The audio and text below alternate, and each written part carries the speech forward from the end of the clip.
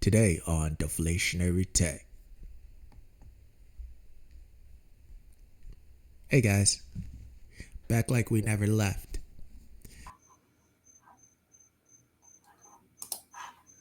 China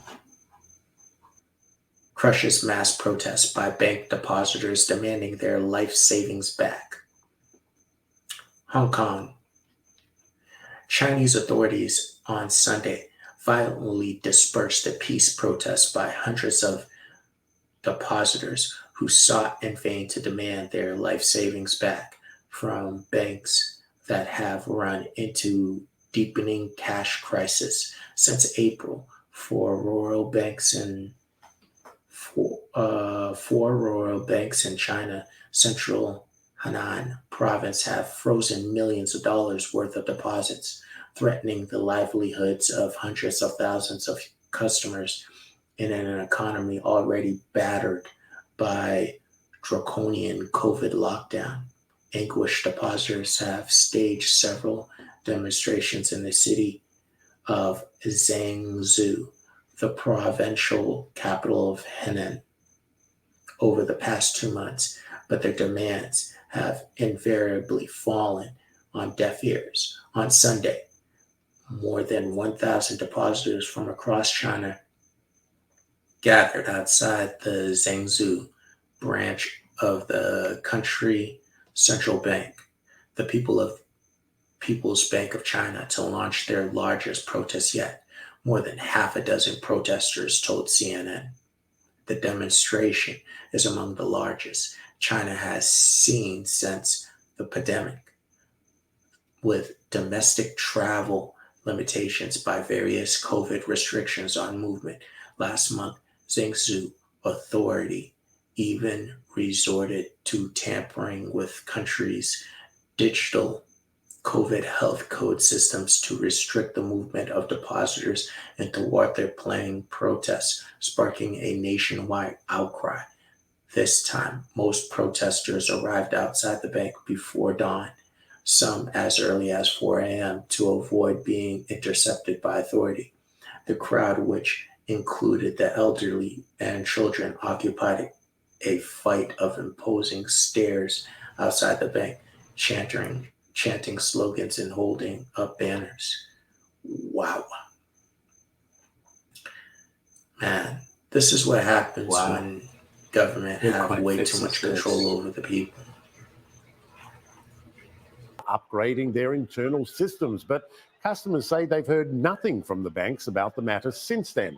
The protest was among the largest in China since the pandemic. For more on this, I'm joined by CNN's Stephen Jiang in Beijing. Extraordinary scenes. What's behind it? What's being done about it? Michael, indeed, such an extraordinary scene to see more than 1,000 people show up on Sunday morning to stage this rare protest in front of the provincial branch of the country's central bank, demanding their money back. But that's also why the provincial authorities went to such great lengths, as you mentioned, even tampering with these people's health QR codes, which is such a basic necessity for anyone in China to leave their homes these days. But that effort really failed after a nationwide backlash, which is why this protest eventually took place, with demonstrators really training their fire at the local authorities, hurling the Chinese national flags and chanting slogans, with some banners accusing the local police of using violence against them and even calling for human rights and the rule of law. But their peaceful tactics really didn't make their protest last that long. After a few hours of standoff, you could see hundreds of local security personnel, many plainclothes agents charging towards this crowd, forcibly removing everyone, including the elderly and children.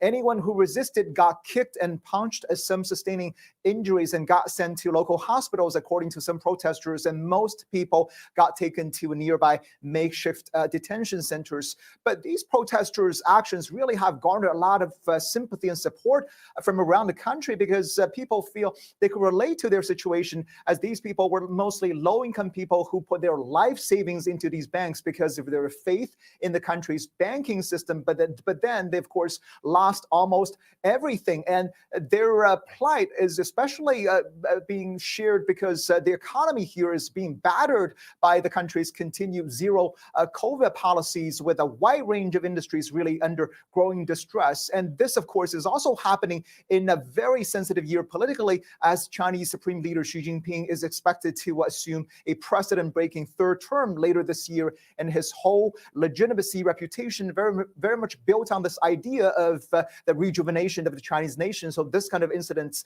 huge embarrassment for him for sure. That's why we've seen the local authorities there take such extreme actions to suppress this peaceful protest, because they're so worried about a tinderbox situation. They simply do not want to see any sparks that could ignite more anger and frustration, not only in their province, but across China. Michael?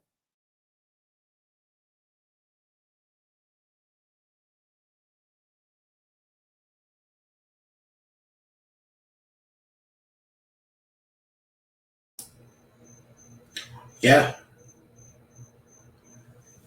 Bitcoin protects this. Bitcoin protects this situation from even happening.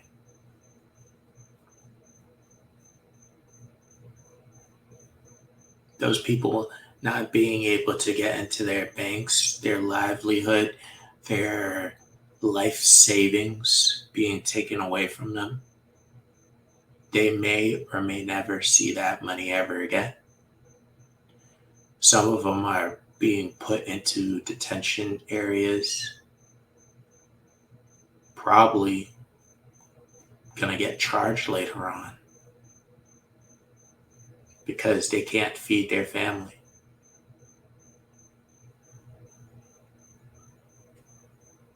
Yeah. Bitcoin protects this. Definitely.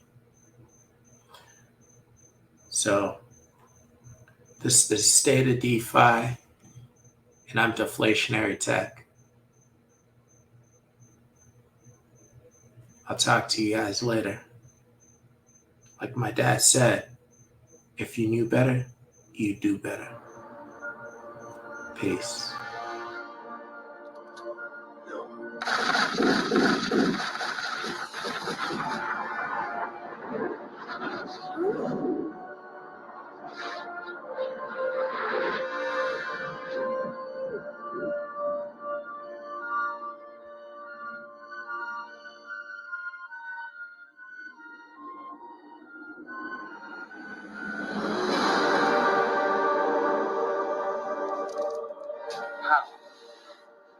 He is the one.